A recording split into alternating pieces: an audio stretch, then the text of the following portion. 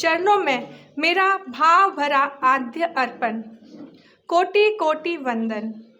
अथ विराजित श्वेत शुभंकर प्रशस्त पथ पथकर सुशिष्य तेरा पंथ अनुशासता के सुशिष्य मुनि श्री जिनेश कुमार जी एवं मुनि श्री परमानंद जी, मुनि श्री कुणाल श्री जी के चरणों में सहभक्ति वंदना। उपस्थित सभी ज्ञानीजन, गुणीजन एवं सभी साधार्मिक भाइयों और बहनों, आप सभी का देवप्रस्थ प्रांगण में हार्दिक अभिनंदन। आज मकर संक्रांति के दिन जैसे सूर्य उत्तर दिशा की ओर गतिमान होता है, वैसे ही मानो आज हमारे भाग्य का सूरज भी उत्तरोत्तर हो रहा है। तभी ऐसी चारित्र आत्माओं का चरण स्पर्श का सौभाग्य देवप्रस्थ की भूमि को प्राप्त हुआ है। वैसे भी आज का दिन हमारे लिए बहुत विशेष है, क्योंकि आज ही के दिन हमारे परिवार के शिरोधार्य पूज्य श्री भाई जी का जन्मदिन है और हम सब उसे बड़े उत्साह और आनंद के साथ मनाते थे। पर गुरुदेव की असीम कृपा ने उस रिक्तता को किस पूर्णता से इस आज के कार्यक्रम में परिवर्तित कर दिया है, यह अकथनीय है। हमारी दादी जी, सासू जी एवं अब भाई जी की पुण्याई किस रूप में फलीभूत हो रही है, यह दिव्य दृष्टांत का दिव्य नजारा हम सब दृष्टिगत कर पा रहे हैं। आज का देवप्रस्थ का ये प्राकृतिक नजारा भी अनुपम छटा बिखेर रहा है। हर फूल और पत्ती इन आध्यात्म रश्मियों के सामने नतमस्तक हो रही है और मथेन वंदामी कहकर फरमा रही हैं। तो आइए शुरू करते हैं समारोह का पावन क्षण। विनम्र निवेदन मुनि श्री कुणाल जी से कि करें मंत्राचरण, मंगलाचरण। चरणों में वंदन। श्रद्धास्पद मुनि श्री के चरणों में वंदन। श्रद्धा विनय समेत नमो अरहंता प्रांजल प्रणत सचेत नमो अरहंता आध्यात्मिक पथ के अभिनेता वीतराग प्रभु विश्व विजेता शरचंद्र समश्वेत नमो अरहंतारं प्रांजल प्रणत सचेत नमो अक्षय रुजानंत अचल जो अटल रूप स्वरूप अमल जो अजरामर अद्वैत नमो श्री सिद्धारं प्रांजल प्रणत सचेत नमो धर्म संघ के जो संवाहक निर्मल धर्म नीति निर्वाहक शासन में समवेत नमो आगर्याणं प्रांजल प्रणत सचेत नमो आगम अध्यापन में अभिकृत विमल कमल सम जीवन अभिकृत सम संयम समुपेत नमो उवध्यायाणं प्रांजल प्रणत सचेत नमो आत्म साधना लीन अनवरत विषय वासनाओं से उपरत तुलसी है अनिकेत नमो सर्वसाहूणं प्राञ्जलप्ररत सचेतनमो अरहन्ताम्। ओम। आग्रह कि अपनी गीतिका के साथ प्रस्तुत हुए। मुदगाता अरहम अरहम अरहम अरहम अरहम अरहम त्राता। ओम ह्रीं श्रीं जय, ओम ह्रीं श्रीं जय, विजय ध्वजा लहराए, चैत्य पुरुष जग जाए। ओम जय भिक्षु भिक्षु जय, ओम ओम श्रीं श्रीं ह्रीं श्रीं विघ्न शमन, ओम व्याधि शमन, ओम क्लीं क्लीं क्लीं क्लीं क्लीं क्लीं। नाम मंत्र तव वर्ण संरोहण, सतत अमृत बरसाए, चैत्य पुरुष जग जाए। तुम्हारा पुण्य नाम मेरे मन में रम जाए, चैत्य पुरुष जग जाए।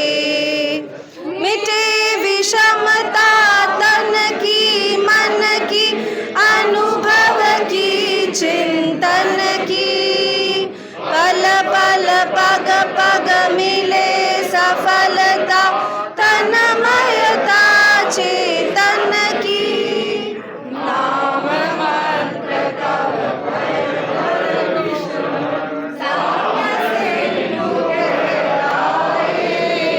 चैत्य पुरुष जग जाए। वह तुम्हारा पुण्य नाम मेरे मन में रम जाए, चैत्य पुरुष जग जाए। आत्मा भिन्न शरीर भिन्न है, तुमने मंत्र पढ़ाया। आत्मा अचल अरुज शिव शाश्वत, नश्वर है यह काया। आत्मा आत्मा के द्वारा ही आत्मा में लय पाए, चैत्य पुरुष जग जाए। तुम निरुपद्रव हम निरुपद्रव, तुम हम सब है आत्मा। जागृत आत्मा से हम सब बन जाए परमात्मा। ओम राम ह्रीं रों रं रों रं र, अंतर मल धुल जाए, चैत्य पुरुष जग जाए। देव तुम्हारा पुण्य नाम मेरे मन में रम जाए, चैत्य पुरुष जग जाए।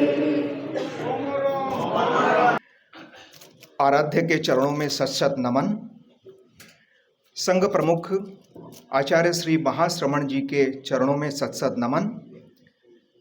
यहाँ विराजित जिनेश कुमार जी मुनि, सहवर्ती साधु श्री परमानंद जी एवं कुणान मुनि का बहुत बहुत आभार एवं वंदन। आज हमें ऐसा लगता है कि हमारे देवप्रस्थ में सोने का सूरज उगा है, सोने का सूरज उगा है। जब भी कोई साधु महात्मा हमारे घर पधारते थे तो हमारी दादी जी हमेशा कहा करती थी कि आज तो अपने घर में सोना को सूरज उग्यो है। तो आज हमें इतनी आनंद की अनुभूति हो रही है। मुनि श्री ने महती कृपा कर हमारे देवप्रस्थ में आने का आग्रह हमारा स्वीकार किया, इसके लिए हम इनके बहुत बहुत कृतार्थ हैं। कितनी कष्ट 10 किलोमीटर पैदल चल के यहाँ पे आना अपने भक्तों के लिए और अपने भक्तों का मान रखना, ये हमारे लिए बहुत बहुत पुण्य की बात है। ऐसा लगता है कि पिछले जन्म में हमने बहुत अच्छे कोई कर्म किए होंगे जिसका ये प्रतिफल है। हमारे यहाँ पर इसको करीब करीब 20 वर्ष इस स्थान को हो गए। आज 20 वर्ष बाद किसी जैन मुनि का पदार्पण हमारे देवप्रस्थ में हुआ है और हमें लगता है कि जैसे हमारे भाई जी का जन्मदिन मना रहे हैं, ये ऊपर वालों की तरफ से भाई जी को एक उपहार के रूप में है कि महाराज आज उनके जन्मदिन के दिन यहाँ पर 20 साल के बाद यहाँ पे पधारे हैं।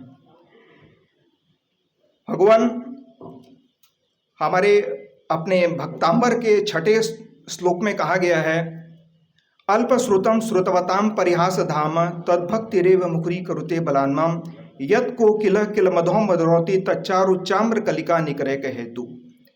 जिस प्रकार एक ओस की बूंद जब किसी पत्ते पर पड़ती है और आम्र की कलिका निकलती है तो कोयल चहचहाने लगती है और आनंद से भर जाती है, उसी प्रकार जिस प्रकार मुनि जी का पदार्पण हमारे देवप्रस्थ में हुआ है, हमारा मन आनंद से प्रफुल्लित हो गया है। भगवान हमारे भाई जी की हमेशा ये भावना, यानी हमारे पिताजी की हमेशा ये भावना थी कि एक ऐसा स्थान का निर्माण हो जहाँ पे धर्म का, ध्यान का और सेवा का केंद्र होना चाहिए, जहाँ पे महाराज जी विराजें, उनका परिवर्तन हो, उनका प्रवचन हो और लोग ज़्यादा से ज़्यादा उसका लाभ उठा सकें। और इसमें कई बाधाएं भी आई, लेकिन सारी विघ्न, जैसे बोलते हैं ना कि विघ्न हरण हो गया। विघ्न हरण का जो हम लोग ढाल की जाप करते हैं उसका प्रतिपारण यहाँ पे हुआ। हमारे गुरुओं का हमें आशीर्वाद प्राप्त हुआ, माता जी और हनुमान जी का हमें बहुत बहुत वो था, हमारे सर पर हाथ था बोल के आज हम इस छोटे से काम को अपने रूप में कर पाए। आज जिस सब्जेक्ट के बारे में यहाँ पे परिचर्चा होने जा रही है, दुख मुक्ति के उपाय, ये आज के समय के हिसाब से बहुत ही रेलेवेंट है और इसको हम आप दिन प्रतिदिन एक्सपीरियंस भी करते हैं। महाराज की पुस्तकों से और इनके प्रवचन से हमने जितना जाना कि दुख मुक्ति के लिए उपाय सबसे है कि सुख को बढ़ाएं। और सुख किससे बढ़ता है? सुख बढ़ता है त्याग से, सुख बढ़ता है सेवा से और सुख बढ़ता है ध्यान से। अगर हम इनके परिमाण को बढ़ाएं तो सारे हमारे जीवन का दुख कम हो जाएगा। और जैसे हमने महाराज जी के प्रवचनों से सुना है कि हम जैनों का तो लक्ष्य है न दुख न सुख, दुखातीत और सुखातीत, वो हमारा लक्ष्य होना चाहिए। न दुख है न सुख है। आज मैं मुनि श्री जी से और हमारे डिस्टिंग्विश्ड पैनलिस्ट से ये रिक्वेस्ट करूंगा कि ज़रा हमें इनलाइटन करें कि कैसे हम अपने जीवन को दुख मुक्त कर सकते हैं और ऐसा कोई उपाय करें कि हमेशा दुख हो ही नहीं और हमेशा हमारे जीवन में सुख हो। मैं पुनः एक बार मुनि श्री का बहुत बहुत आभार ज्ञापन करता हूँ कि आप हमारे यहाँ पे पधारे और हमें आशीर्वचन दें। और मैं आए हुए आगंतुक सारे भक्तों का भी बहुत बहुत स्वागत और आदर करता हूँ। ओम अरहम। जैसा कि अभी हमने जाना कि आज के कार्यक्रम की मुख्य परिकल्पना है श्री देवचंद दुग्गड़ मेमोरियल लेक्चर, जिसका शुभारंभ आज भाई जी के जन्मदिन के शुभ अवसर व मुनि श्री के देवप्रस्थ पदार्पण पर हो रहा है। आज का विषय परिचर्चा का है दुख मुक्ति के उपाय। शास्त्रों में संसार में 4 कारण बताए गए हैं दुख के: जन्म, बुढ़ापा, रोग और मृत्यु। और हमारा प्रत्येक कृत सुख प्राप्ति और दुख मुक्ति के लिए होता है। इस परिचर्चा को आगे बढ़ाने के लिए सर्वप्रथम आमंत्रित करना चाहूंगी स्वामी कृतिवास मुखोपाध्याय जी को। आप माँ काली के अनन्य भक्त हैं। आपका सारा समय साधना में ही बीतता है। आपकी अवस्था 95 वर्ष की है, पर अभी भी आप सब जगह पैदल यात्रा करते हैं। आपने लगभग सभी सर्व भवन्तु सुखिनः पर विश्वास करने कोविड के बाद शिखरपुर में कई संतों के सानिध्य में विश्व शांति की ছোট বড় সবাইকে ভালোবাসা শুভেচ্ছা জানাচ্ছি। সবাই মাতৃগণকে শুভেচ্ছা ভালোবাসা সবাইকে জানাচ্ছি। এই সভাতে এই মন্দির তৈরি করেছেন যিনি, তানাকে এই আশীর্বাদ জানাই। সবাই ভালো থাকুক, তার পরিবার বর্গ সবাই ভালো থাকুক, সবাই শান্তিতে থাকুক। নম শান্তি, ওম শান্তি, ওম শান্তি, ওম শান্তি। ওম ন সর্বে যদক্ষরং পরিভ্রষ্ট মাতৃহীনঞ্চ যদ ভবেৎ পূর্ণ ভবতু তৎসর্বং প্রসদ্যাৎ জনার্দনং। নম ওং বিষ্ণু ইয়ং বিষ্ণু ইয়ং বিষ্ণু। তার আত্মা এই যে বাবু এই কাজ করিয়াছেন, এই আমাদের শিকরপুর মন্দিরে এখানে মন্দির প্রতিষ্ঠা করিয়াছেন, 7 গ্রাম শিকরপুর গ্রাম মন্দির তৈরি করেছেন। তিনি এই স্বর্গলোকে গমন করুন, তাঁর আশীর্বাদ আমি আমার শুভেচ্ছা ভালোবাসা জানাচ্ছি। তিনি ভালো থাকুন, স্বর্গলোকে বাস করুন। তিনি দান ধ্যান সব কিছু করেছেন। যেই দান ধ্যান করে সে স্বর্গলোকে বাস করে, যে মন্দির প্রতিষ্ঠা করে সেই স্বর্গলোকে প্রাপ্তি হন। এই জগতে দান যজ্ঞ তপ পূজা ইত্যাদি ভগবানের বাসস্থান, জীব সেবা যে করেন তিনি পুণ্যবান। তাঁর কল্যাণ হোক, তাঁর কল্যাণ হোক। ওম স্বস্তি, ওম স্বস্তি, ওম স্বস্তি।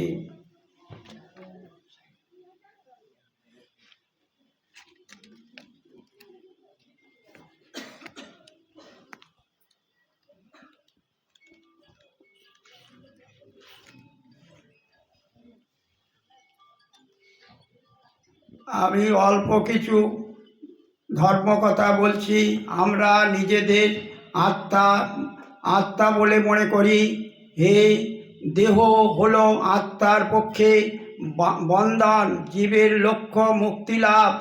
যখন মানুষ মুক্তি লাভ করে তখন সে নিজেকে আত্মারূপে চিনতে পারে, যা নিত্য আত্মা, নিত্য শুদ্ধ, নিত্য মুক্ত। এই সত্য বিভিন্ন প্রকৃতি মানুষের কাছে বিভিন্ন পরিস্থিতিতে বিভিন্ন রূপে প্রিয়মান হয়, কিন্তু সত্য সবসময় এক। ধর্ম এমন একটি প্রক্রিয়া যার কাজ হলো জাগতিক মানুষকে দেবতা রূপান্তরিত করা, সব ধর্ম সমান সত্য করা, কারণ তাহাতে সত্যকেই লক্ষ্য। এক মানুষ থেকে দেবতার উত্তরণ হয়। যিনি ঈশ্বরের উদ্দেশ্যে কর্ম করিয়া থাকে তিনি কর্মের বন্ধনে আবদ্ধ হন না। যিনি নিজের উদ্দেশ্যে বাসনায় কামনায় নিয়া কর্ম করেন তিনি ওই কর্মের বন্ধনে আবদ্ধ হইয়া পড়েন। সন্ন্যাসীগণ আশা আকাঙ্ক্ষা ছাড়িয়া কর্ম করেন, আর যোগীগণ ইন্দ্রিয় বিজয়ী, তাহার সুখে দুঃখে বিচলিত হন না। হস্ত পদাদি সংযুক্ত করিয়া ধ্যানে বসিয়াছি, মন বিষয়ে ভ্রমণ করছেন, আমি মিথ্যাচারী। এই অবস্থা উল্টাইয়া লইতে পারলে আমি কর্মযোগী হব। কর্মবন্ধনের কারণ নয়, অহংকার কামনায় বন্ধনের কারণ। মোক্ষের জন্য চাই অহংকার ফলাশক্তি ত্যাগ, কর্মত্যাগ প্রয়োজন হয় না। যে কোনো জ্ঞান লাভ সাধন যোগ লাভ করতে হলে কতগুলি সদ্গুণ নিজেকে আয়ত্ত করতে হয়। কেবল শাস্ত্র অভ্যাসে বা পর উপদেশে হয় না।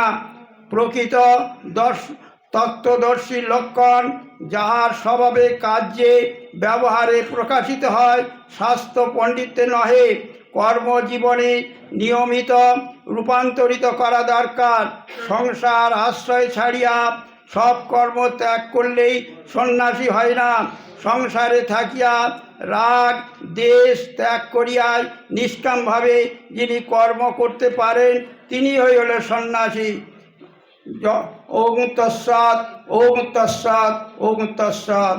ওম বিষ্ণু, ওম বিষ্ণু, ওম বিষ্ণু। আমি এই পর্যন্ত আপনাদের কাছে বললাম। আমি অল্প কিছু, আমি কিছুই জানি না, অজ্ঞান অধম। তার কল্যাণ হোক। তিনি বায়ুরূপে ঘুরছেন, 1 বৎসর পরে তিনি ধ্যান হয়ে সগণের কাছে চলে যাবেন। তিনি এই তাঁর কল্যাণ হোক, দেবতার বাসনায় তার শান্তি হোক, এই মন্দির প্রতিষ্ঠায় তার শান্তি হোক। তার মন্দির চিরজীবী হয়ে থাকুক ভগবানের কাছেই প্রার্থনা করি, মার কাছেই প্রার্থনা করি। সব তিনি মঙ্গল করুন, মঙ্গলময় নারায়ণ সবাইকে মঙ্গল করুন, সবাইকে মঙ্গল করুন, সবাই সুখী হোক, সবাই শান্তি হোক। ওম শান্তি, ওম শান্তি, ওম শান্তি।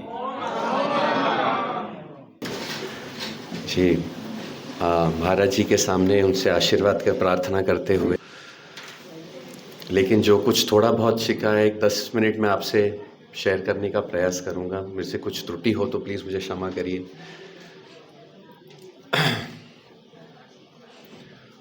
नमो विष्णुपदाय कृष्ण पृष्ठाय भूतले श्रीमते शिलहरोमपाद स्वामिनिति नामिने। नमो विष्णुपदाय कृष्ण पृष्ठाय भूतले श्रीमते भक्ति वेदांत स्वामिनिति नामिने। नमस्ते सरस्वती देवी गौरवाणी प्रचारिणी निर्विशेष शून्यादिपाश्चात्य देशतारिणी। जय श्री कृष्ण चैतन्य प्रभु नित्यानंद श्री अद्वैत गदाधर श्रीवासादि गौर भक्तवृंद। हरे कृष्ण कृष्ण कृष्ण हरे हरे, हरे राम राम राम हरे हरे। जी, तो जो शीर्षक है दुख से निवारण, तो अभी जैसे बताया था बहुत सुंदर तरीके से, त्याग, ज्ञान और सेवा, इससे और सुंदर तरीके से तो मैं नहीं बता सकता।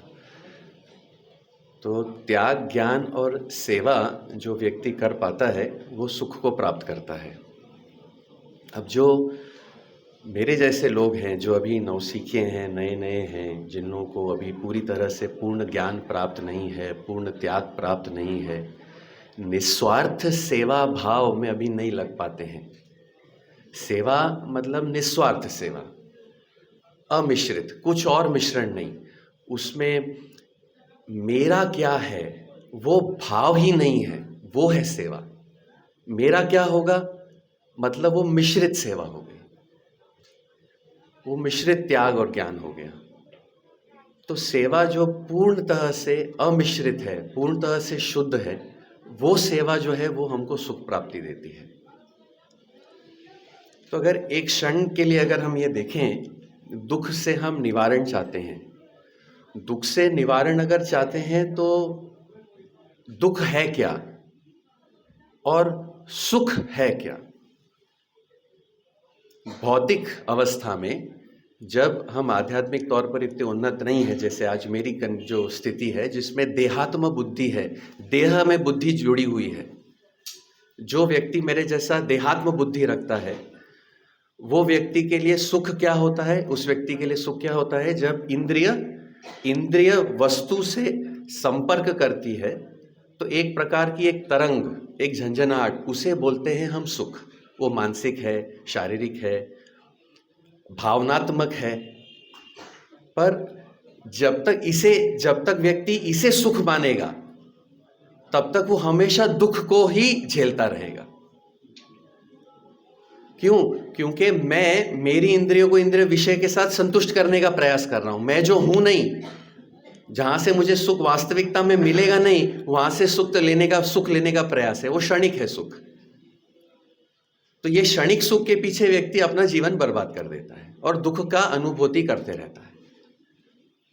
खास करके जब हम देखें ऋषभ देव की शिक्षाएं हम लोग सीखते हैं श्रीमद् भागवतम के 5वें स्कंद के 5वें अध्याय में। उसमें जो पहला श्लोक है, उनकी तो पूरी शिक्षाएं लंबी हैं, हम इतना समय तो नहीं हम सब चर्चा कर पाएंगे, पर पहले श्लोक में वो बोलते हैं तपो दिव्यम पुत्रकारेण, तपो दिव्यम, तप कीजिए, दिव्य तप कीजिए। दिव्य तप क्या है? दिव्य तप यही है, ये इंद्रिय वस्तु को जब भेंट करे और जो सुख का अनुभूति, क्षणिक सुख की अनुभूति दे, उसके परे जाइए। ये ऋषभ देव सिखा रहे थे, उसके परे जाना है, इस देहात्म बुद्धि के परे जाना है, और उसका अभ्यास आज त्याग, ज्ञान और सेवा के द्वारा किया जाता है। अब एक छोटी सी चीज और मैं बताना चाहता हूं कि जैसे अभी बता रहे थे कि आज के समय में, आज के समाज में बहुत महत्वपूर्ण है ये तथ्य।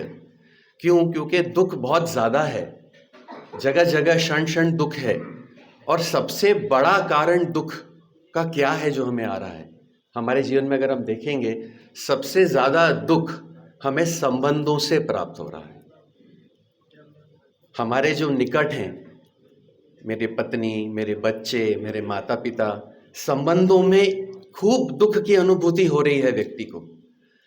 दूसरों का तो छोड़ दीजिए, जब जो मेरे प्रिय हैं, जिनके लिए सुख के लिए मैं त्याग और सेवा में लगा हुआ हूं, उन्हीं से मुझे दुख का अनुभूति प्राप्त हो रही है, तो मैं प्रगाढ़ दुखी हो जाता हूं। तो इन संबंधों में ये दुख को कैसे दूर कर सकते हैं?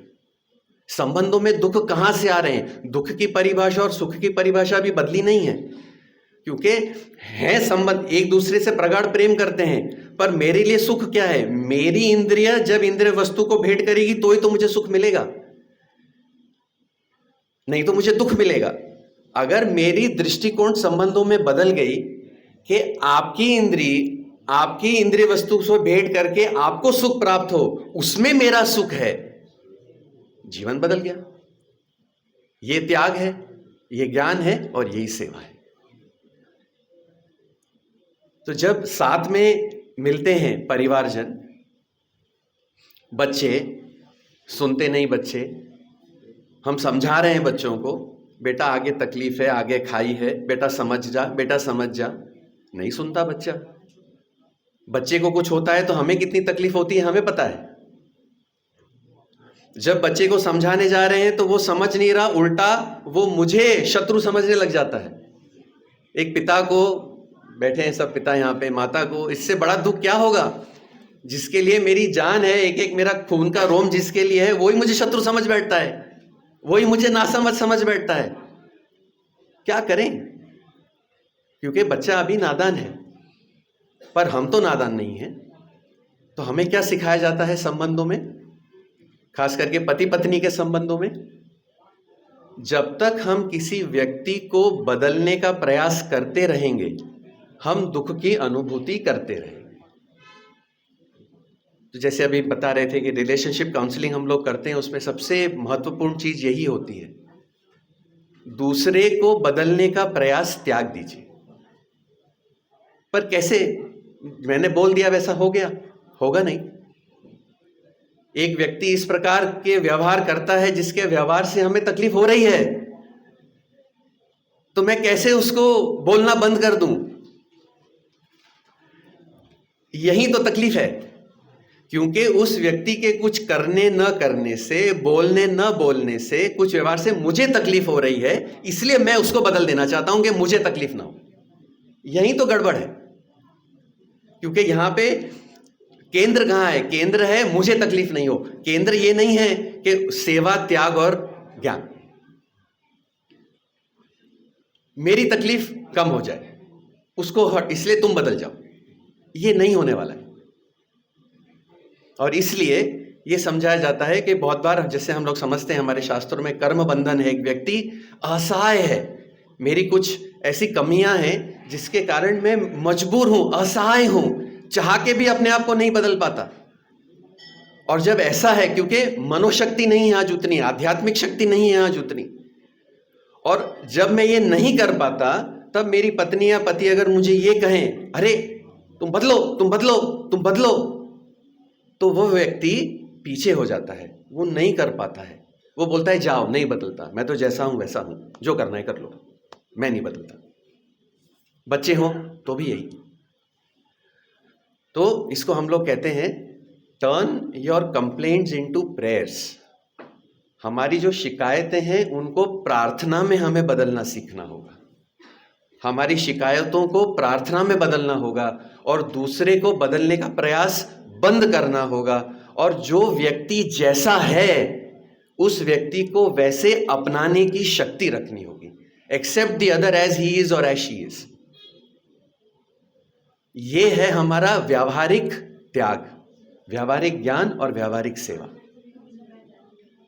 और इस तरह जब हम हमारे संबंधों में एक दूसरे को, जो हम बोलते हैं जज करना, एक ऊंचे दृष्टिकोण से देखना, मैं ऊंचा हूं तुम नीचे हो, मैं सही हूं तुम गलत कर रहे हो, जब ये दृष्टिकोण बंद हो जाएगी तो दुख की अनुभूति बंद हो जाएगी और सुख की प्राप्ति व्यक्ति जब अपने संबंधों में, खास करके अपने निकट संबंधों में करेगा तो और प्रसन्नचित होकर बाहर जाके जीवन में, समाज में अपना कार्य कर पाएगा।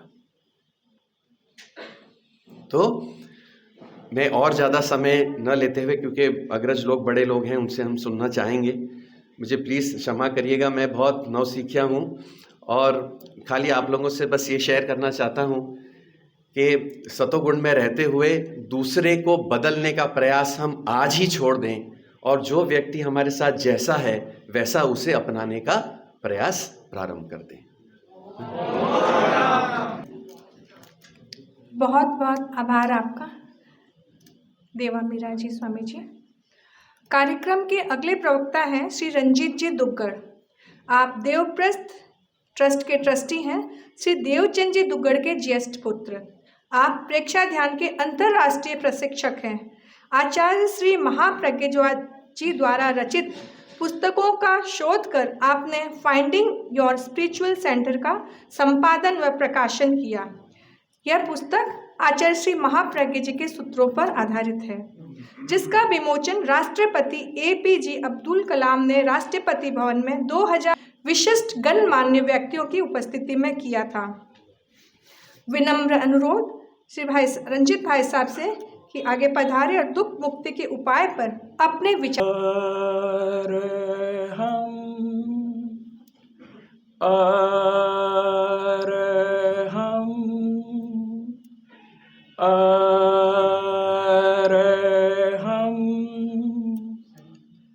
ओम सिद्धा ओम सिद्धा ओम सिद्धा।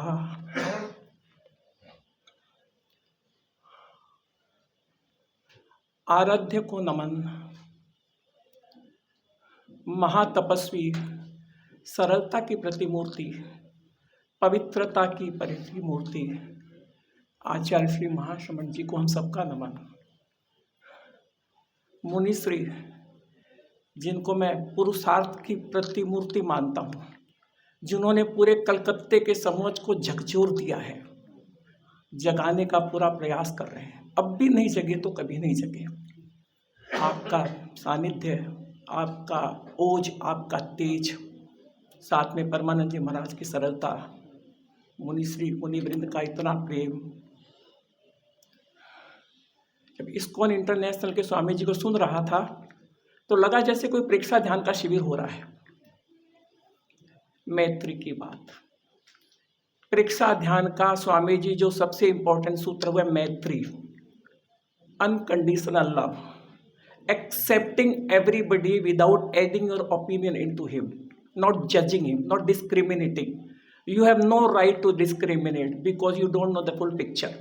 हर व्यक्ति की अपनी यात्रा है, उसके कर्मों की अवस्था है। We have no right to जज अ पर्सन और ए सिचुएशन।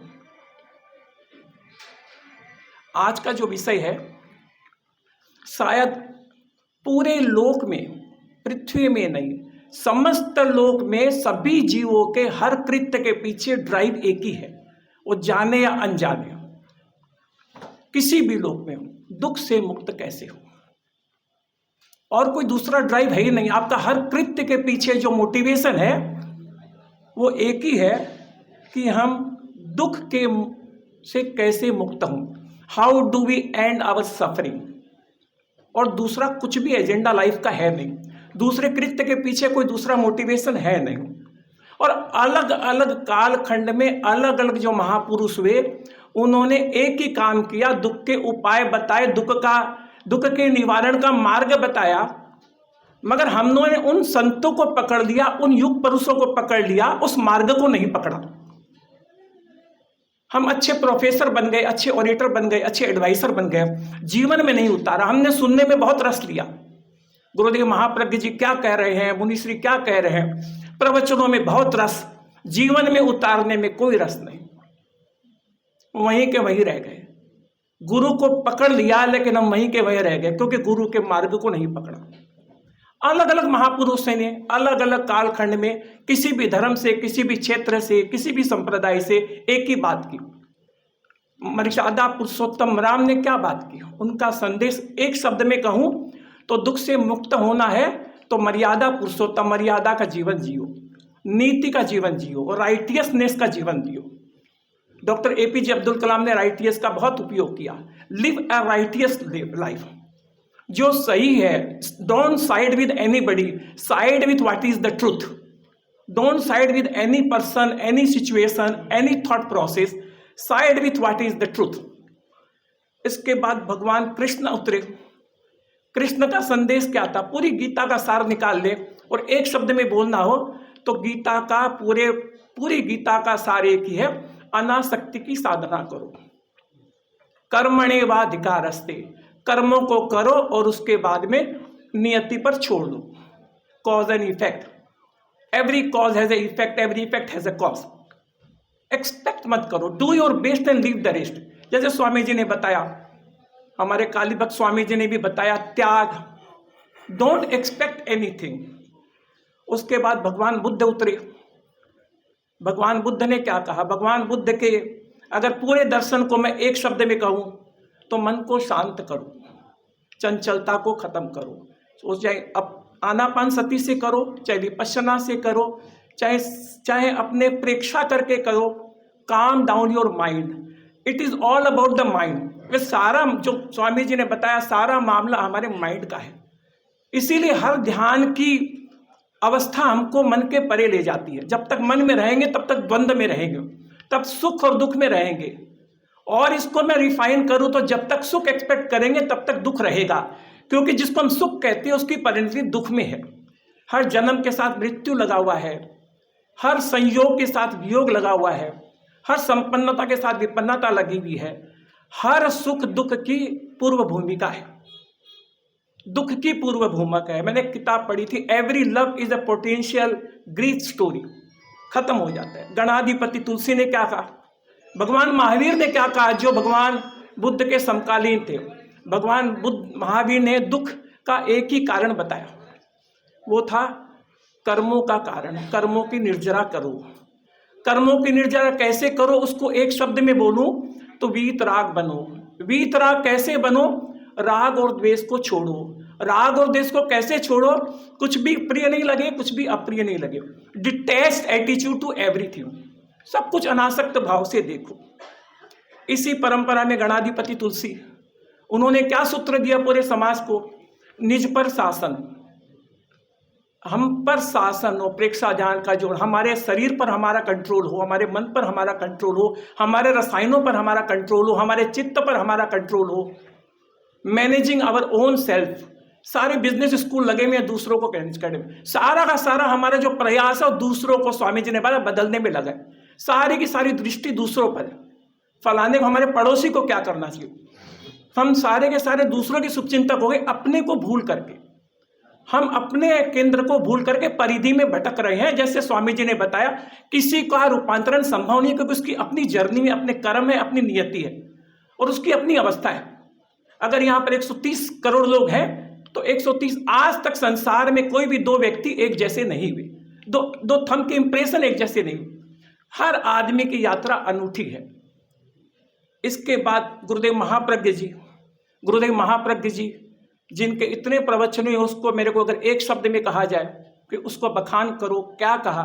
गुरुदेव महाप्रज्ञ जी के मैंने लगभग सारी किताबें पर शोध किया और उस पर एक किताब निकाली और डॉक्टर कलाम ने कहा, this is a holy and beautiful book and he decided to launch at Rashtrapati Bhavan. ऐसे युग पुरुष ने हमको संदेश दिया, हमारे दुख का सबसे बड़ा कारण है हम अपने आप से अपरिचित हैं। हम अपने आप को शरीर समझ रहे हैं, हम अपने को मन समझ रहे हैं। न हम शरीर है, न मन है, न ये हार्मोन है, न इमोशन है। हम इन सब से परे शुद्ध चेतना है। जब तक ये बोध नहीं होगा, जब तक ये भाव नहीं आएगा, जब तक ये बात हम आत्मसात नहीं करेंगे, तब तक हमारे जीवन में दुख बना रहेगा। प्रेक्षा ध्यान जो गुरुदेव महाप्रज्ञ जी का शायद सबसे ज्यादा अनूठा उपहार पूरी मानवता को है, जिससे वो किसी मानव विशेष का नहीं, पूरे संसार के लिए उसका सर्वोच्च जो उसकी जो the sole purpose of Preksha meditation क्या है? आत्म साक्षात्कार। अपने आप को समझो, अपने आप को देखो।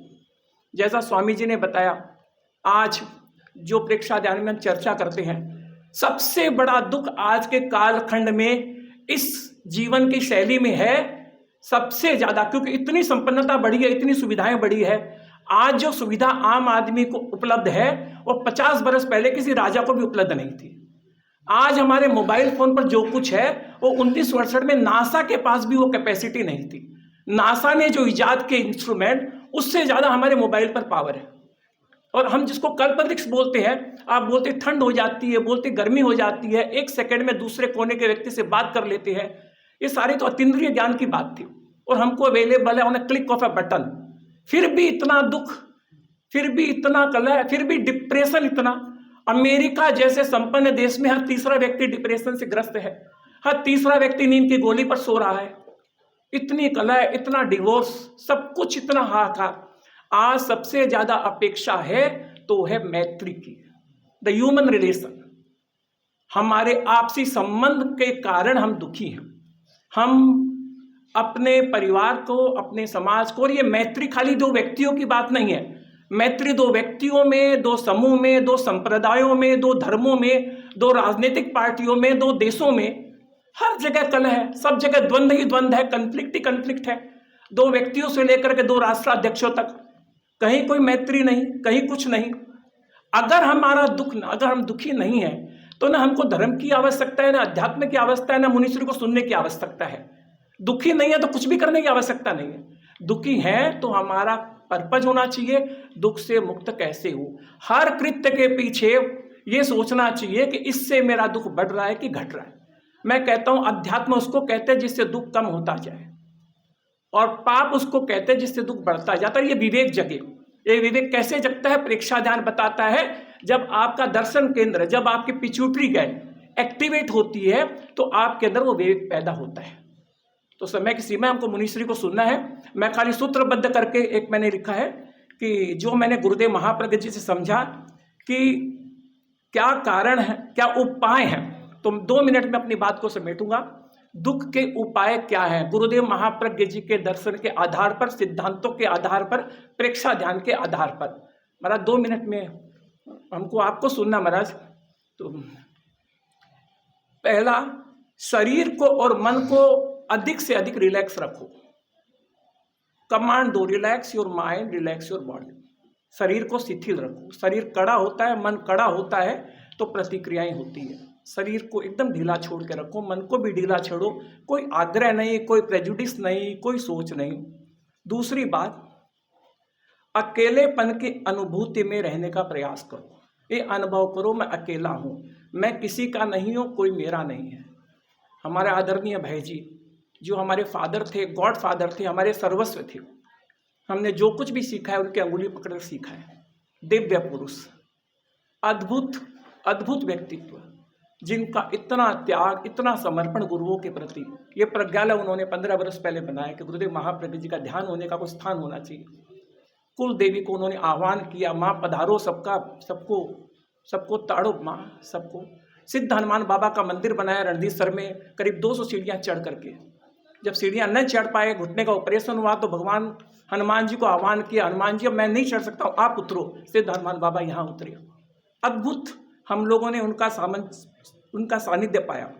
तीसरी बात, पर चिंता से यथासंभव बचो। चिंता से मत देखो, तटस्थ भाव से देखो। दुखी कोई है तो अपने कर्मों से, अपनी नियति से। दूसरे के दुख को अपने सर पे मत लो, दूसरे की गुत्थियों को निश्चित रूप से सुलझाओ, मगर अपने मस्तिष्क में उसका बोझ मत लो। तुम बोझिल होकर के उसको नहीं सुलझा पाओगे। चौथी बात, कम से कम जितनी आपकी उम्र है उतने मिनट ध्यान जरूर करें। 50 मिनट के तो 50 मिनट ध्यान जरूर करें। ध्यान के अलावा दूसरा कोई पथ नहीं है शांति का। 5वीं बात, जब जब याद आवे, जब भी खाली बैठे हैं, श्वास दर्शन करें। श्वास आर, इससे सरल कुछ है नहीं। आप गाड़ी में बैठे हैं, लिफ्ट में बैठे हैं, वेट कर रहे हैं, श्वास देखने लग जाओ। इससे आप वर्तमान में आ जाएंगे, तटस्थ हो जाएंगे और अद्भुत शांति का अनुभव करेंगे। बहुत छोटी बात है जीवन में उतारने की बात। दूसरी बात, मन को एक चीज समझे, मन को शांत करके ही हम दुख से मुक्त हो सकते हैं। मन शांत रहे, एक अपने आप को संकल्पित करें, मुझे हर हाल में शांत और प्रसन्न रहना है, अशांत नहीं होना है। अगली बात, 7वां पॉइंट है, अपने बल को बढ़ाते जाओ। रोज अपने बल को, अपने प्रति गुरुदेव महाप्रज्ञ जी कहते थे स्वार्थी बनो। शरीर के बल को बढ़ाओ, मन के बल को बढ़ाओ, आत्मा के बल को बढ़ाओ, और सबसे ज्यादा इंपॉर्टेंट है सहने के बल को बढ़ाओ, अपनी सहिष्णुता को बढ़ाओ, और टॉलरेंस। इसके बाद एक बात, आज की बात को कल पर मत टालो। मुझे आज की समस्या आज ही सुलझानी है, पोस्टपोन मत करो। जो है आज का आज करो। अगली बात, 10वीं बात जो सबसे इंपॉर्टेंट है, लाइफस्टाइल को सबसे ज़्यादा डिस्टर्ब कर रही है, खान पान का संयम, फूड हैबिट, आहार। You are what you eat. जैसा आप आहार करते हैं वैसा शरीर बनता है, वैसे विचार बनते हैं, वैसे भाव बनते हैं, वैसे मन बनते हैं। आज जो जनरेशन थोड़ी भटक रही है आहार के विवेक के अभाव के कारण। अगली बात ये ध्यान रखें, जैसा दोनों स्वामी जी ने बताया, मुझे किसी की निंदा नहीं करनी है। Don't criticise anybody. आप उसकी जगह होते तो शायद उससे भी बुरा करते हो। हर एक के प्रति मंगल भावना। प्रभु सर्वे भवन्तु सुखिनः, सर्वे सन्तु निरामया, सर्वे भद्राणि पश्यन्तु माँ कश्चित् दुःख भाग। सबके प्रति मंगल भावना, समस्त जीवों के प्रति मंगल भावना। अगली बात, सेकेंड लॉ, अपने स्वास्थ्य और प्राण ऊर्जा की रक्षा करें। प्राण ऊर्जा को बचाएं। प्राण ऊर्जा बोलने से लगती है, सोचने से लगती है, तनाव से सबसे ज़्यादा प्राण ऊर्जा खर्च होती है। अपनी प्राण ऊर्जा को, अपने शरीर को। और अंतिम जो उपाय गुरुदेव महाप्रज्ञ जी ने बताया, मुझे प्रतिक्रिया मुक्त चिंतन और आचरण रखना है। ये कुछ सूत्र थे।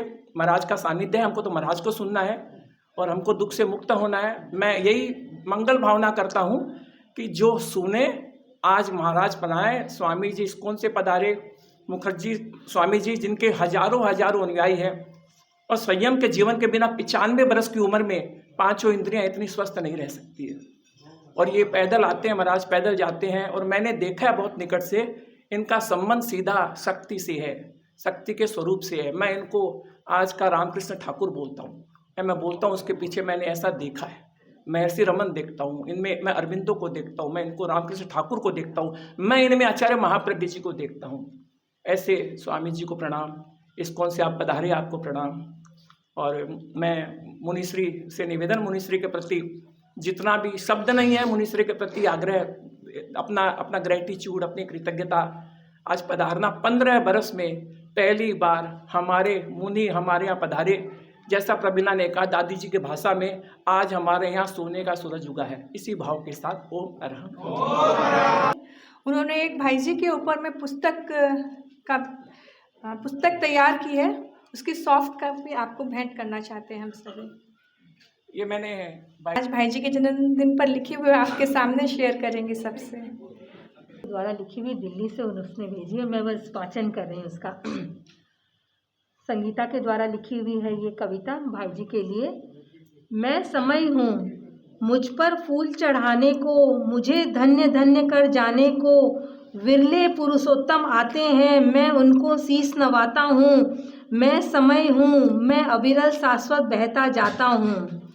माँ भत्तू, पिता तोला राम के अदम्य साहसी पुत्र रत्न, तुगर देवचंद की उस प्रखर बुद्धि को मैं शीश नवाता हूँ। मैं समय हूँ, मैं अविरल बहता जाता हूँ। बचपन से जिसने संघर्षों को आत्मशक्ति से नापा हो, रतनगढ़ की धरती के उस लाल को मैं शीश नवाता हूँ। मैं समय हूँ। पाना देवी के सुंदर साथी, संस्कारी बच्चों के पिता, आदर्श परिवार के कर्मवीर को मैं शीश नवाता हूँ। मैं समय हूँ, मैं अविरल बहता जाता हूँ। माँ सुसवाणी के लाडले, हनुमान के प्यारे भक्त, देव कुटीर से देवप्रस्थ तक धर्म ध्वजा फहराने वाले उस धर्मवीर को मैं समय शीश नवाता हूँ। मैं समय हूँ, मैं अविरल बहता जाता हूँ। ओम भिक्षु जय भिक्षु के तेरा पंथ पर स्वर्ण कलश चढ़ाने वाले प्रेम दया के देव पुरुष को मेरा प्रणाम। मुझको धन्य बनाने वाली उस आत्मा को हो सदा कल्याण। मैं समय हूँ, मैं तुझ पर शीश नवाता हूँ। मैं अविरल शाश्वत बहता जाता हूँ। मैं समय हूँ, मैं अविरल बहता जाता हूँ। त्याग, संयम और समर्पण के मार्ग पर चल रहे हैं। अहिंसा के अवतार भगवान महावीर स्वामी के श्री चरणों में कोटि से वंदन। तेरापन धर्म संघ के सिरमौर युग प्रधान आचार्य श्री महासमुद्र के श्री चरणों में कोटि से वंदन। मुनिवृंद, मंचासीन स्वामी जी, उपस्थित धर्म प्रेमी भाई और बहनों, आज का जो विषय रखा गया है, दुख मुक्ति के उपाय। भगवान महावीर की वाणी को आगम कहा गया है। वर्तमान में 32 आगम उपलब्ध हैं। उसमें एक महत्वपूर्ण आगम है उत्तरादेश सूत्र, जिसमें कहा गया है जन्म दुखम जरा दुखम रोगाय मरणानि अहो दुखो ये संसारो जत किसंती दंत। इस संसार में जन्म दुख है, जरा दुख है, रोग दुख है और मरण दुख है। पूरा संसार दुखों से भरा हुआ है, दुखों की भट्टी में जल रहा है, क्लेश पा रहा है, पीड़ा पा रहा है, अशांति पा रहा है। दुख से निवृत्त होने का, दुख से छुटकारा पाने का, मुक्त होने का जो प्रभु ने उपाय बताया है वह है धर्म। धर्म की साधना के द्वारा व्यक्ति दुख से छुटकारा पा सकता है, जन्म मरण की परंपरा से मुक्त हो सकता है और हमेशा हमेशा के लिए शाश्वत सुख को प्राप्त कर लेता है। सुख और दुख दो है, स्वस्थता और परवस्था। जो दूसरों पर आधारित रहता है, जो परवश है, वह दुख है। दुख शारीरिक भी होता है, मानसिक भी होता है, भावनात्मक भी होता है, बौद्धिक भी होता है, आंतरिक दुख भी होता है। कभी कभी हम भाई बहनों को पूछते हैं, भाई बहन कहते महाराज और तो सब ठीक है लेकिन तन का दुख बहुत है। कुछ कहते हैं महाराज तन तो ठीक है लेकिन मन का दुख बहुत है। कुछ कहते हैं महाराज तन भी ठीक है, मन भी ठीक है, भाव का दुख बहुत है। और कुछ कहते हैं महाराज आंतरिक दुख ही दुख है, चारों ओर दुख ही दुख है। दुख को हम 4 भागों में भी विभक्त कर सकते हैं। कल्पना जनी दुख अर्थात भविष्य पर आधारित। कुछ लोग बहुत कल्पना करते हैं, जन्म हुआ, यौवन की दहलीज पर आरूढ़ हुए और कितनी कल्पना। महाराज आपको पता है मैं अमेरिका का राष्ट्रपति बनने जा रहा हूं, मैं बहुत बड़ा बिल्डर बनने जा रहा हूं और मैं मुकेश अंबानी बनने जा रहा हूं, बिल गेट्स को भी मात करने वाला हूं। जेब में कुछ है कि जेब में तो कुछ नहीं है। कल्पना जनित कितनी कल्पना करता है, सुबह से लेकर शाम तक कल्पना कल्पना, और जो कल्पना में उड़ता है और फिर वो उड़ता ही है, कुछ मिलता नहीं है। तो कल्पना जनित। दूसरा बताया है अभाव जनित। जब व्यक्ति के पास कुछ नहीं होता है, अभाव में स्वभाव बिगड़ता है, तो वो दुख का अनुभव करता है, मेरे पास कुछ नहीं है, मेरे पास कुछ नहीं है, मेरे पास कुछ नहीं है। और कभी कभी तो ऐसा भी होता है सब कुछ होने के बावजूद भी कहता है मेरे पास कुछ नहीं है, और वो दुखी हो जाता है। आदमी दुखी क्यों कि पड़ोसी सुखी क्यों। अरे पड़ोसी सुखी है तो कम से कम छाछ तो मिलेगी। नहीं महाराज, जब सुबह वो बिलोना होता है, बिलोना जैसे ऐसे बिलोना करते हैं जैसे छाती में धमीरा बाजा है, बाजा मतलब धमीरा आता है तब महसूस होता है। धमीरा बजता नहीं, मतलब ऐसे दुख, इतना दुख होता है। हे भगवान, उसकी भैंस मर जाए, गाय मर जाए, हम दोनों एक शरीर की हो जाए। कितनी मतलब अनर्थ की बात है। आदमी अभाव, कभी कभी ऐसा भी होता है, अभाव जनित दुख तो होता ही है, और कभी कभी ऐसा होता है अभाव के कारण दुखी नहीं होता है, पड़ोसी को देखकर दुखी हो जाता है। हाँ, उसका स्वभाव है। अभाव में ये अभाव क्यों हुआ? अज्ञान पर आधारित है। अज्ञान, जब व्यक्ति के भीतर में अज्ञान होता है तो भगवान महावीर से प्रश्न पूछा गया कि दुख का कारण क्या है? दुख का कारण क्या है? दुख का कारण अज्ञान है। दुख का निर्माण कौन करता है? दुख का निर्माण खुद करता है। अप्पा करता विकर्ता है, दुहानी है सुहानी है। अपनी आत्मा ही करता है, अपनी आत्मा ही विकर्ता है, अपनी आत्मा ही दुख देने वाली है, अपनी आत्मा ही सुख देने वाली है। आप क्या कहते हैं? महाराज इसने मेरे को गाली दी है, इसका मतलब ये हुआ आपने गाली को स्वीकार कर लिया, इसलिए आप दुखी हो गए। बुद्ध के पास आए कि अमुक व्यक्ति आपको गालियां दे रहा है। बुद्ध ने कहा भाई तुम्हारी गाली तुम्हारे पास रखो, मेरे को नहीं चाहिए। आपके पास कोई मिठाई देने के लिए आता है और आप मना कर लेते हैं तो क्या मिठाई आपकी हो जाती है? नहीं होती है। तो वैसे ही कोई गाली देने के लिए आया कि भाई तुम्हारी गाली तुम्हारे पास ही रख, मेरे को गाली की आवश्यकता नहीं है, गोली दे दे तो जन्म मरण की परंपरा से मुक्त हो जाऊं। तो अज्ञान, ये अज्ञान के कारण, और अज्ञान के कारण व्यक्ति कितना दुख पाता है, कितनी पीड़ा पाता है जिसकी हम कल्पना नहीं कर सकते हैं। और जन्म मरण का जो मूल है वो क्या है? अज्ञान है। जन्म मरण का मूल अज्ञान है, मिथ्यात्व है। दृष्टिकोण के कारण आदमी जन्म मरण करता रहता है और कभी कभी वो हंसी का पात्र भी हो जाता है। एक अज्ञान भी दो प्रकार का बताया है, एक उदयजन्य अज्ञान, एक शोषण जन्य अज्ञान। उदयजन्य अज्ञान वो होता है ज्ञान का अभाव। मेरे पास में ज्ञान थोड़ा है, जब तक केवल ज्ञान नहीं होगा तब तक सब अज्ञानी है। चाहे साधु हो, चाहे श्रावक हो, कोई भी हो, वो अज्ञानी है। एक शोषण जन्य जो अज्ञान होता है वो अज्ञान खतरनाक होता है। वो अज्ञान होता है मिथ्या दृष्टिकोण, गलत धारणा, गलत अवधारणा। इतनी गलत अवधारणा है जिनकी हम कल्पना नहीं कर सकते हैं और जानबूझकर वो अवधारणाओं को हम स्वीकार करते रहते हैं या निर्माण करते रहते हैं, जिसके कारण व्यक्ति दुखी हो जाता है। एक छोटी सी बात है, एक कुम्हार था, प्रजापति कुम्हार था। उस कुम्हार के 8 गधे थे। कितने गधे थे? 8 गधे थे। उसमें से एक गधा बहुत प्यारा था, सुहावना था, उसको सुहावना अच्छा लगता था और शंख की तरह वो ध्वनि करता था, बड़े प्रेम के साथ बोलता। तो उसका भी वो पूरा लाड रखता, प्यार रखता। मेरा गधा, मेरा गधा, एकदम शांत था और लात भी नहीं मारता। हाँ, लात भी नहीं, देखो कुछ तो लात मारते हैं, वो लात भी नहीं मारता। इतना सियाना उनकी भाषा में, इसलिए उसका नाम दे दिया महात्मा शंकेश्वर दास। क्या नाम दिया? महात्मा शंकेश्वर दास। के शंख की तरह ध्वनि करने वाला था और बहुत अच्छा लगता था।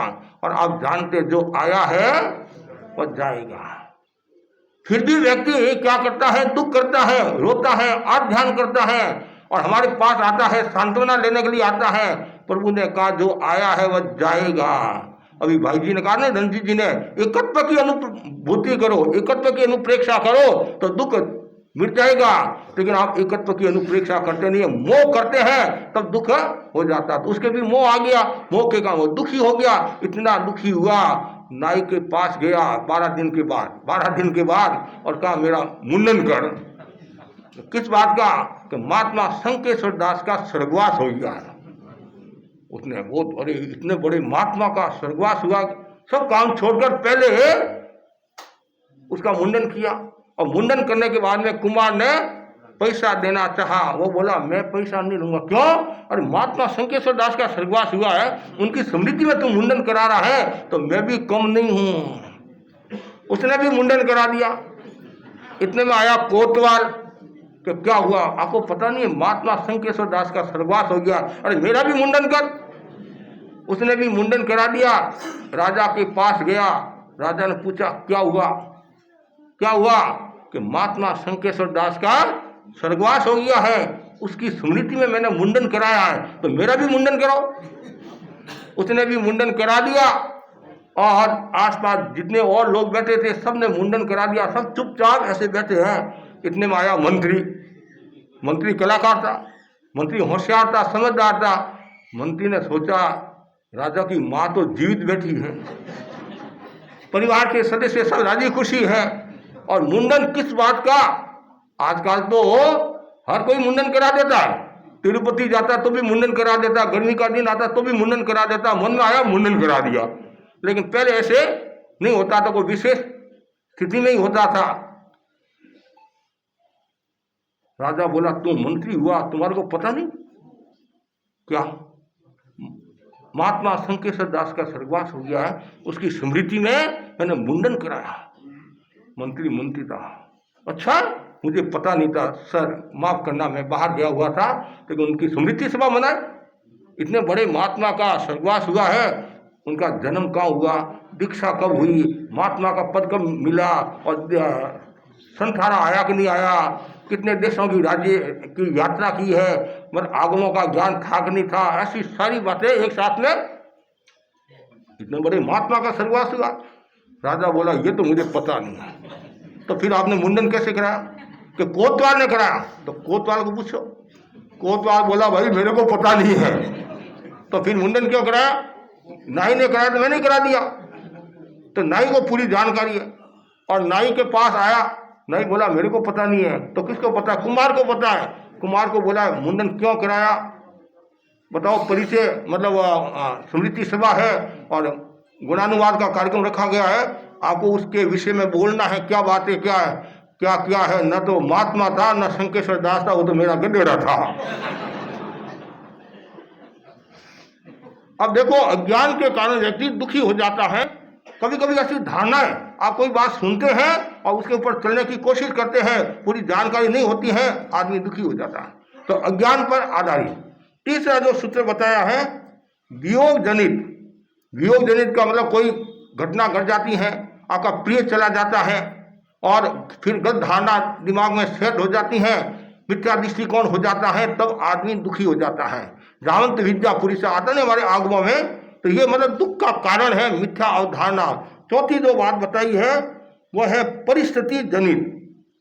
कभी कभी क्या होता है, परिस्थिति को देखकर व्यक्ति दुखी हो जाता है और दृष्टिकोण पर आधारित हो जाएगा। वह आपने कोई स्थिति देखी और देखकर तत्काल आपके मन में दुख का भाव आ गया, पीड़ा का भाव आ गया, कष्ट का भाव आ गया और नेगेटिव भाव आ गया, और नेगेटिव भाव आते ही आदमी दुखी हो जाएगा।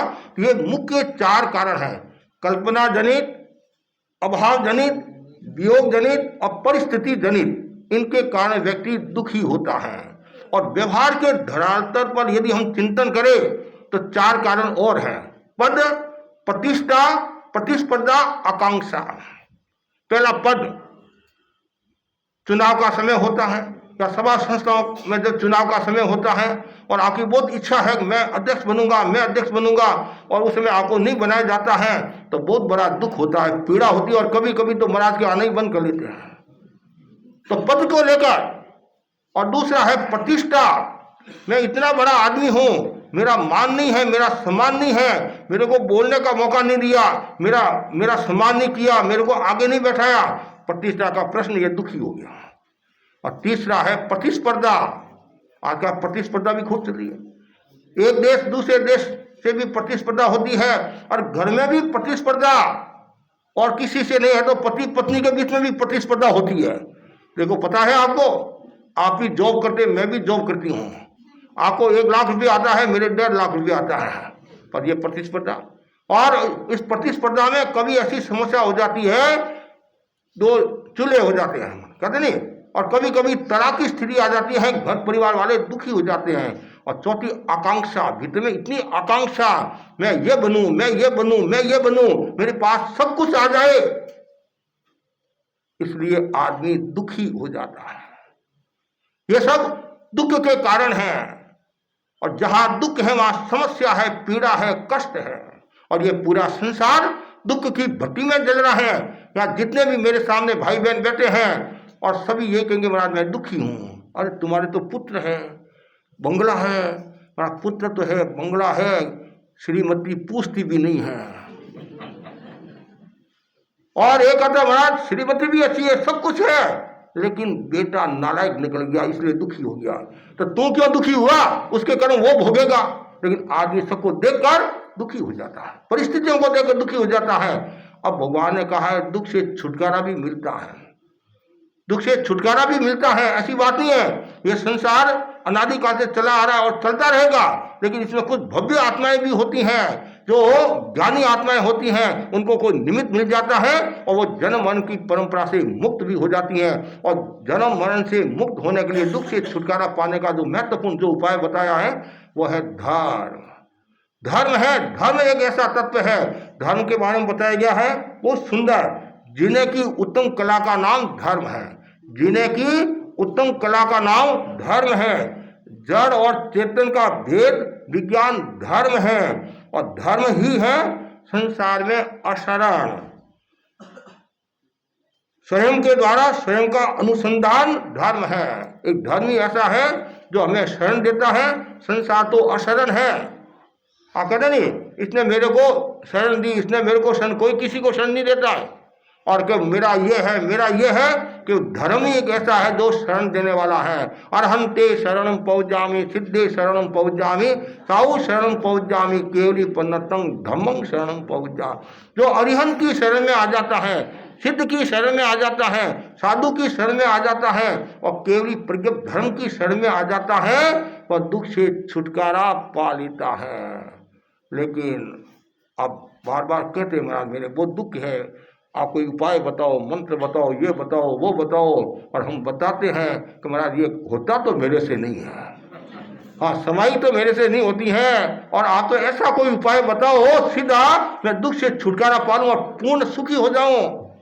और पूर्ण सुखी के हो जाओ आप, वो भी रास्ता आप स्वीकार करने के लिए तैयार नहीं है। सीधा बता दो, और जो सीधा आता है वो सीधा ही जाता है, जो सीधा आता है वो सीधा ही जाता है।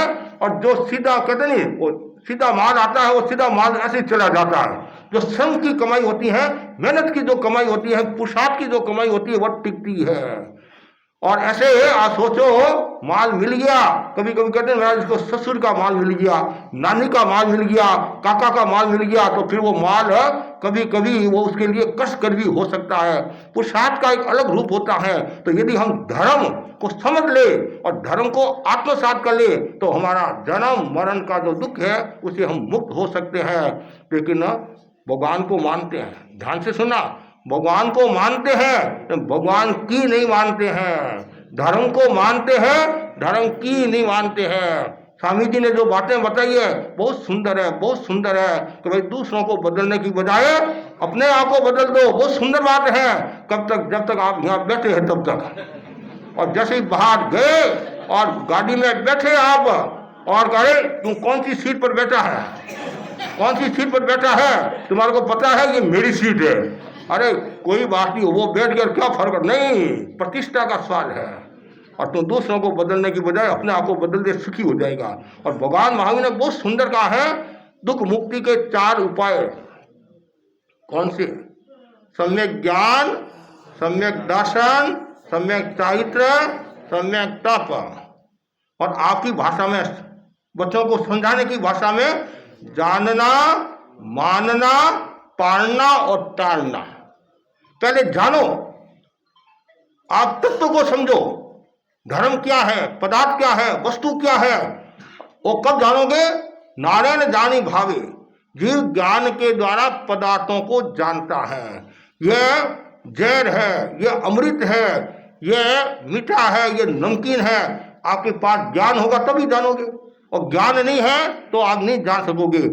ज्ञान भी 2 प्रकार का बताया, एक भौतिक ज्ञान, एक आध्यात्मिक ज्ञान। वर्तमान में भौतिक ज्ञान बहुत बढ़ रहा है। आचार्य महाप्रज्ञ जी ने परीक्षा ध्यान का अवदान दिया और आचार्य महाप्रज्ञ जी बार बार फरमाते थे शिक्षा का उद्देश्य है सर्वांगीण व्यक्तित्व विकास का निर्वाह। सर्वांगीण व्यक्तित्व विकास के 4 आयाम हैं, शारीरिक, मानसिक, बौद्धिक और भावनात्मक। आज स्कूलों में शारीरिक प्रशिक्षण दिया जा रहा है, बौद्धिक प्रशिक्षण दिया जा रहा है, मानसिक और भावनात्मक प्रशिक्षण का अभाव है, जिसके कारण बच्चों में उद्दंडता बढ़ रही है, अनुशासनहीनता बढ़ रही है और उच्छृंखल वृत्ति बढ़ रही है। आज की शिक्षा पद्धति को हम गलत नहीं कह सकते हैं, लेकिन अपूर्ण है, अपूर्ण है, अपूर्ण है। पूर्ण कब होगी? जब स्कूलों के अंदर मानसिक और भावनात्मक शिक्षा का भी प्रशिक्षण दिया जाएगा तो वो आराम की जिंदगी जी सकता है, दुख से छुटकारा पा सकता है। भौतिक और आध्यात्मिक, भौतिक ज्ञान आपके पास बहुत है, इतना ज्ञान है, कभी कभी हम ये छोटे बच्चों को देखते हैं और तत्काल वो पोता दादा को बताता, दादा मोबाइल ऐसे नहीं ऐसे करना, ऐसे नहीं ऐसे करना, ऐसे नहीं करना, ऐसे करना। आप 60 वर्ष के हो गए, आपको कुछ नहीं आता है। साथी बुद्धि ना थी, मेरे को कितना आता है, मेरे को ABCD आती है, मेरे को ये आता है, आपको कुछ नहीं आता है। ये ज्ञान समझ लीजिए। लेकिन नई जनरेशन को नॉलेज बहुत है, इतना नॉलेज है, लेकिन वो आत्मा का ज्ञान नहीं है।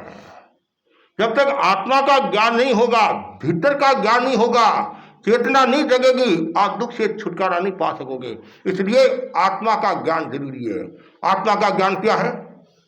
सुख दुख में तटस्थ रहना, यह आत्मा का ज्ञान हो गया। सुख दुख में तटस्थ रहना और चेतना को जानना, देखना, परीक्षा के द्वारा आदि के द्वारा।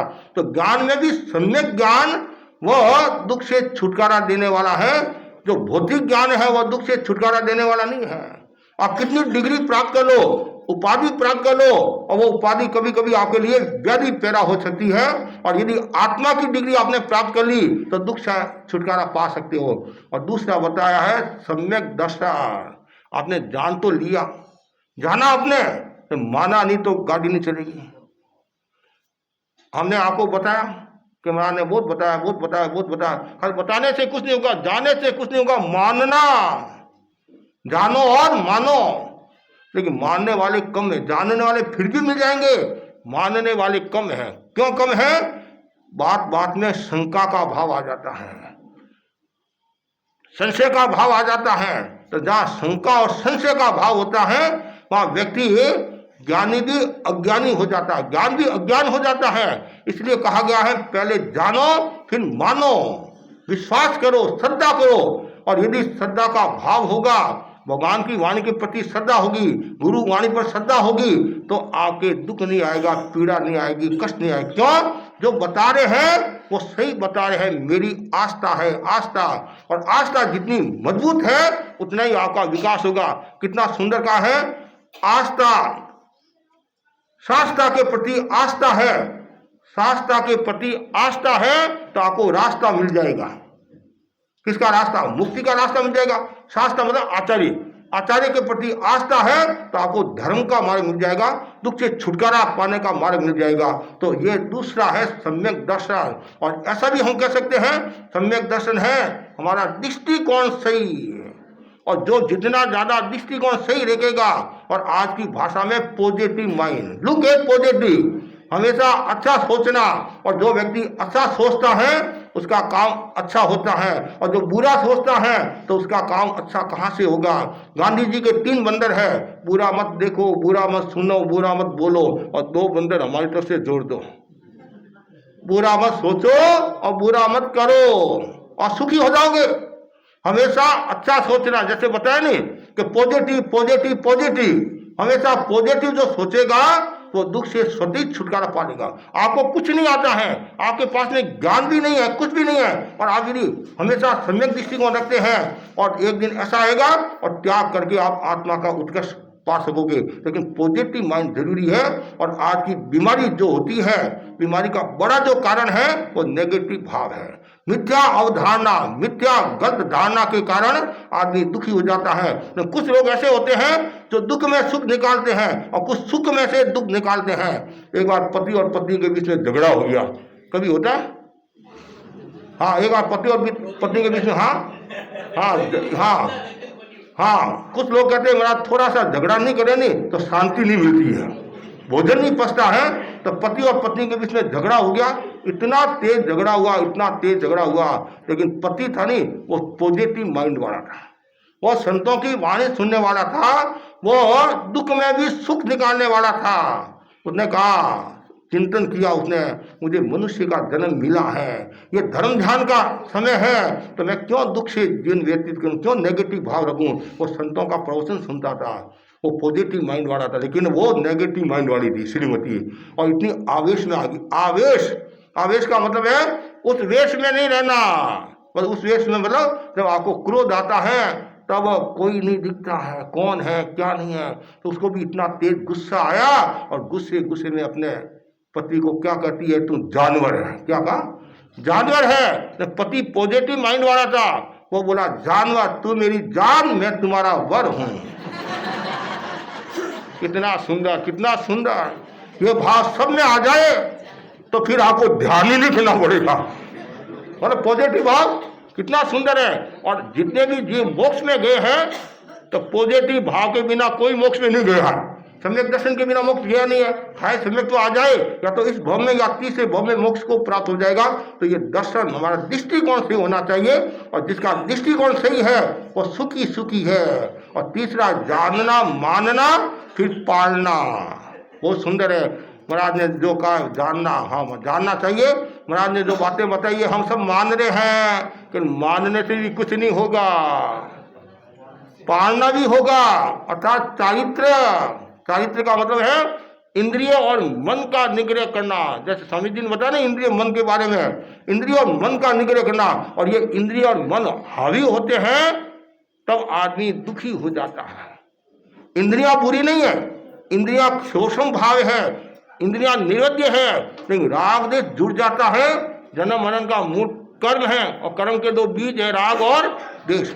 जब राग देश जुड़ जाता है, आपने किसी को देखा, मैंने ये देह पृष्ठ को देखा, परिवार के सदस्यों को देखा, कोई बात नहीं है, देखना बुरा नहीं है। यदि राग देश का भाव आ गया तो दुखी हो जाएंगे, तब कर्मों का बंधन हो जाएगा। इंद्रियां मिली हैं, ये पांचों इंद्रियां हमें हैं, तो इसका सदुपयोग करना चाहिए, दुरुपयोग नहीं करना चाहिए। जो बौद्धिकता में रहता है, विलासिता में रहता है, खाने में पीने में डूबा हुआ रहता है, तो वो दुखी हो जाता है। और इंद्रियों का जो संयम कर लेता है वह सुखी हो जाता है। तो इंद्रिय और मन का निग्रह, मन को भी वश में रखना। आप यहाँ बैठे हो और मन आपका भटक रहा है, कब महाराज व्याख्यान पूरा करे, कब जाए कब जाए कब जाए, कब फटाफट सीट पर बैठे। क्यों? मन है, मैं जानू मन मर गया, मरकर हुआ भूत, मुझे पीछे उठ खड़ा, ऐसा मेरा पूत। ये मन है, तो इसलिए कहा गया है चरित्र की साधना बहुत जरूरी है। चरित्र की साधना होगी, इसलिए कहा गया है चरित्र से बढ़कर कोई निधि नहीं है, चरित्र से बढ़कर कोई पूंजी नहीं है।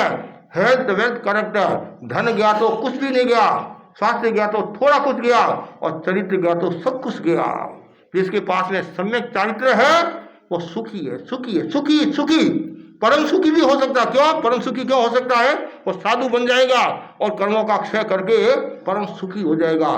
तो जानना मानना पालना जरूरी है, फिर है टालना, ये सबसे महत्वपूर्ण बात है। जब प्रारंभ में बताया था ना आपको, 3 बातें बताई भाई ने कि दुख से छुटकारा पाना है तो त्याग, संयम और ध्यान, जैसे स्वामी जी ने भी उसका उल्लेख किया।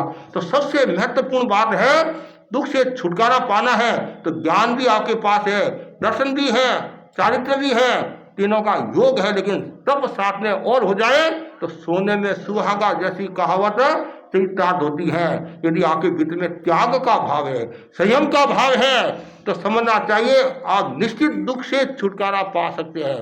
तो भगवान महावीर ने कहा है, गौतम स्वामी ने पूछा कि आदमी दुख से छुटकारा कैसे पाता है, कर्मों से छुटकारा कैसे पाता है? कि वो यदि संबद्ध धर्म की साधना कर ले।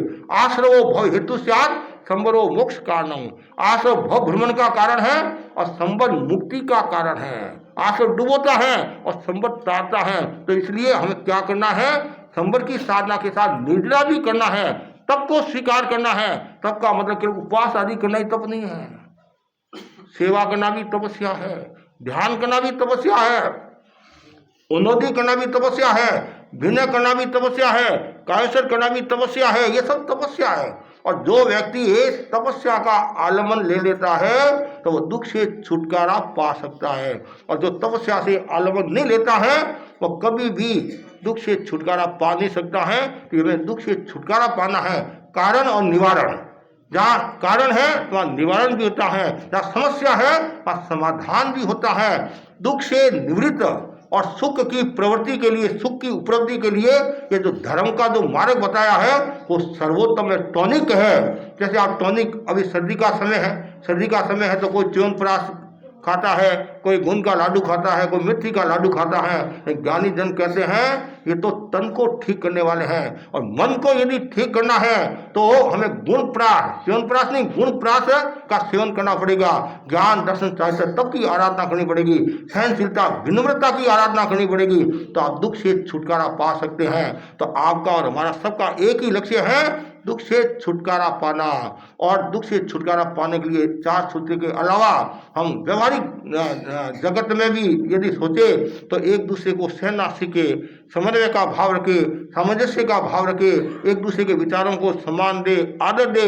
और यदि किसी ने कोई गलती भी कर दी है तो उस समय कुछ नहीं बोलकर बाद में आप उसको समझाओ, तो आप दुख से छुटकारा पा सकते हैं और सामने वाला भी सुखी हो सकता है। तो हमारा एकमात्र लक्ष्य है, हमें दुख से छुटकारा पाना है। तो दुख से छुटकारा पाने के लिए हमने ये साधना को स्वीकार किया है।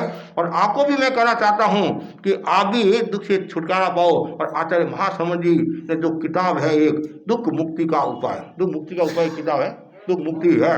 तो हाँ, मतलब आप पढ़ोगे तो जरूर आपका दुख मिट जाएगा और फिर आपके मन में आएगा संयम पथ स्वीकार करके आत्मा का उत्थान करना है। आज हम कलकत्ता से बाहर आए हैं, कलकत्ता से बाहर आए हैं। ऐसे तो कलकत्ता की सीमा में ही है ऐसा है, लेकिन फिर भी हाँ सीमा ही है ऐसे तो, लेकिन कलकत्ता शहर है, वो नगर पालिका है, ये ग्राम पंचायत है। इतना कुछ ध्यान से लाभान्वित हो रहे हैं प्रयोगों के द्वारा, विचारों के द्वारा। और आचार्य महाप्रज्ञ जी का साहित्य इन्होंने खूब पढ़ा है और नवनीत मतलब उन्होंने किताब का भी निर्माण किया है। और इनके पिता श्री देव चंद जी नाम था उनका, और हमारे आने के बाद ही उनका स्वर्गवास, मई महीने में संबंध उनका स्वर्गवास हुआ। और आए थे दर्शन करने के लिए, और उनका मेरा व्यक्तिगत इतना परिचय नहीं था। जैसे बताया गया, वो संघ संपत्ति के प्रति उनकी आस्था थी।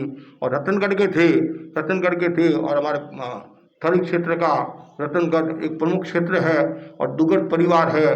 और पूरा राजकुमार जी और संजय जी, ये तीन भाई है, मतलब रंजीत जी, राजकुमार जी और संजय जी तीन भाई है। और इनका आग्रह था कि आप यहाँ पधारो, और यहाँ ध्यान साधना के शिविर भी लगते हैं। और स्थान भी अभी पूरा देखा नहीं है, लेकिन थोड़ा से नजर आ रहा है, स्थान भी ऐसे रमणीय लग रहा है, साधना के अनुकूल लग रहा है। तो मैं और यहाँ साहित्य भी खूब है। और साधु को क्या चाहिए, साहित्य मिल जाए और स्थान यदि साता का ही मिल जाए और साथ में थोड़ा ये भी हाँ ये तपस्या तो होगी नहीं है।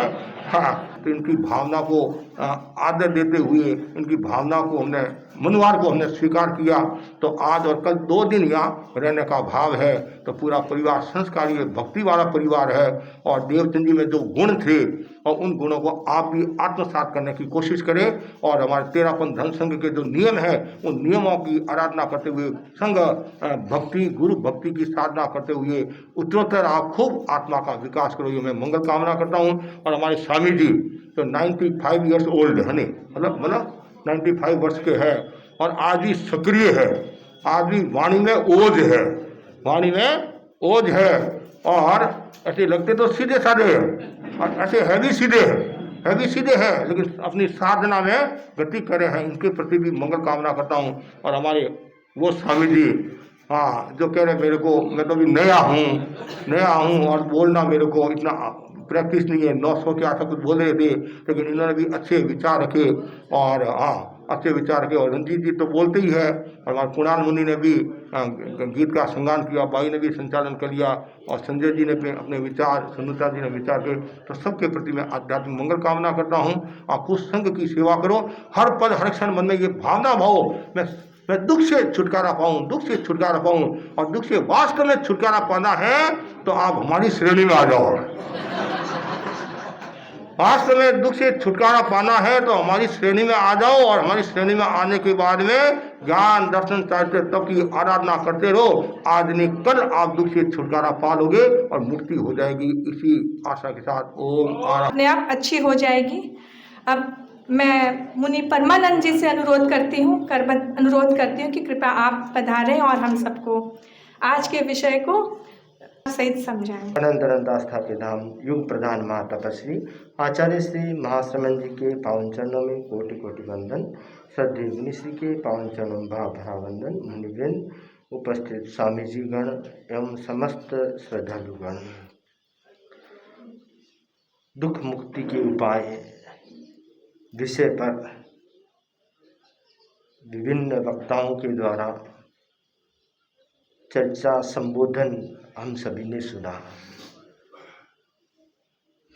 मुझे नहीं लगता कि वक्ताओं ने जिस रूप में आपको संबोधित किया है कि वापस आपको सार बताया जाए, क्योंकि इन्होंने सार ही बताया है।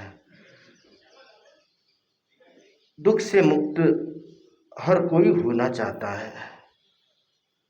जब तक संसारता व्यक्ति के भीतर में है तब तक दुख उसके पीछे लगा हुआ है, और संसारता से सिद्धता की ओर आगे बढ़ेंगे तो अपने आप दुख नष्ट हो जाएगा, दुख से मुक्त हो जाएंगे। आज की संगोष्ठी में कुछ निष्कर्ष या कुछ बातें उभर कर सामने आई। शिकायतों को प्रार्थना में बदलना सीखें, दूसरों को बदलना बंद कर दें। व्यक्ति जब दूसरों को बदलने की बात करता है या अधिकारपूर्ण भावों में बदलने की बात करता है, तब उसके सामने दुख की स्थिति उत्पन्न होती है। पति सुबह से बोले जा रहा था कि मैं आज सबको बदल दूंगा, सबको बदल दूंगा, सबको बदल दूंगा।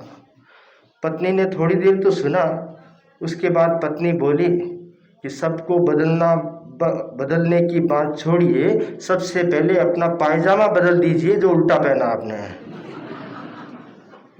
दूसरों को बदलने की बजाय स्वयं को बदलने की बात जहाँ होती है वहाँ दुख से मुक्ति की दिशा में आगे बढ़ा जा सकता है।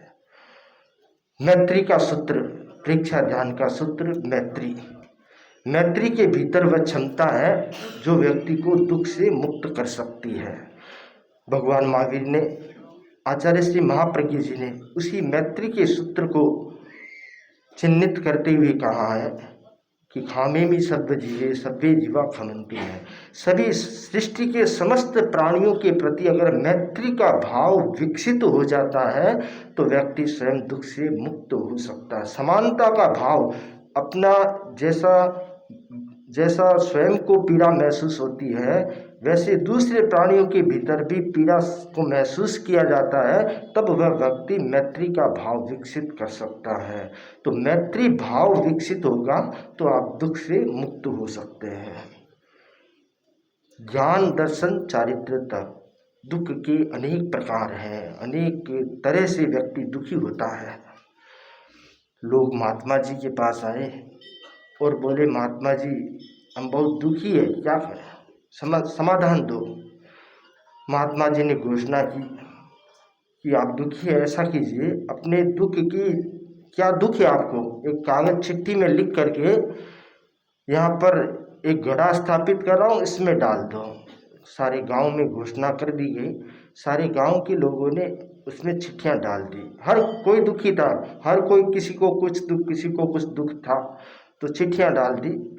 दूसरे दिन सब एकत्रित हुए और महात्मा जी ने कहा, अब ऐसा है कि अपनी चिट्ठी छोड़ के दूसरी कोई भी चिट्ठी ले लीजिए आप। इतनी सारी चिट्ठियाँ जिसने जो डाली है अपनी छोड़ दो और दूसरी ले लो। तो सब लोगों ने दूसरे लोगों की चिट्ठियाँ ली और पढ़ा। जब उनको दूसरों की चिट्ठियाँ पढ़ी तो उनको लगा इससे तो मेरे वाली अच्छी थी, और बोले, महात्मा जी हमारा दुख ही हमारे पास रहने दो, दूसरों का दुख मत दो। अर्थात व्यक्ति को लगता है कि मेरा दुख सबसे बड़ा है, परंतु ऐसा नहीं है। दुनिया में आपसे भी बहुत ज़्यादा दुखी प्राणी हो सकते हैं, मनुष्य हो सकते हैं। तो जब व्यक्ति दृष्टिकोण बदल देगा, अपना दृष्टिकोण बदलेगा, तो वह दुख से सुख की दिशा में प्रस्थान कर सकता है। तो ज्ञान, दर्शन, चारित्र और तप के द्वारा अपने दुख से मुक्त हुआ जा सकता है, दुख से मुक्ति की दिशा में प्रस्थान किया जा सकता है।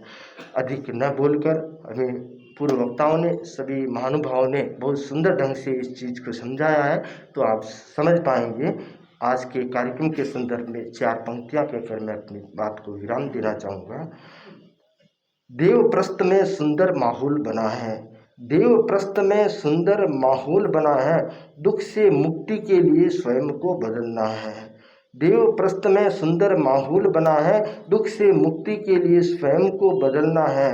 संतों के आगमन का अलभ्य अवसर पाकर, संतों के आगमन का अलभ्य अवसर पाकर दुग्गड़ परिकर आज आनंद से सना है। दुग्गड़ परिकर आज आनंद से सना है।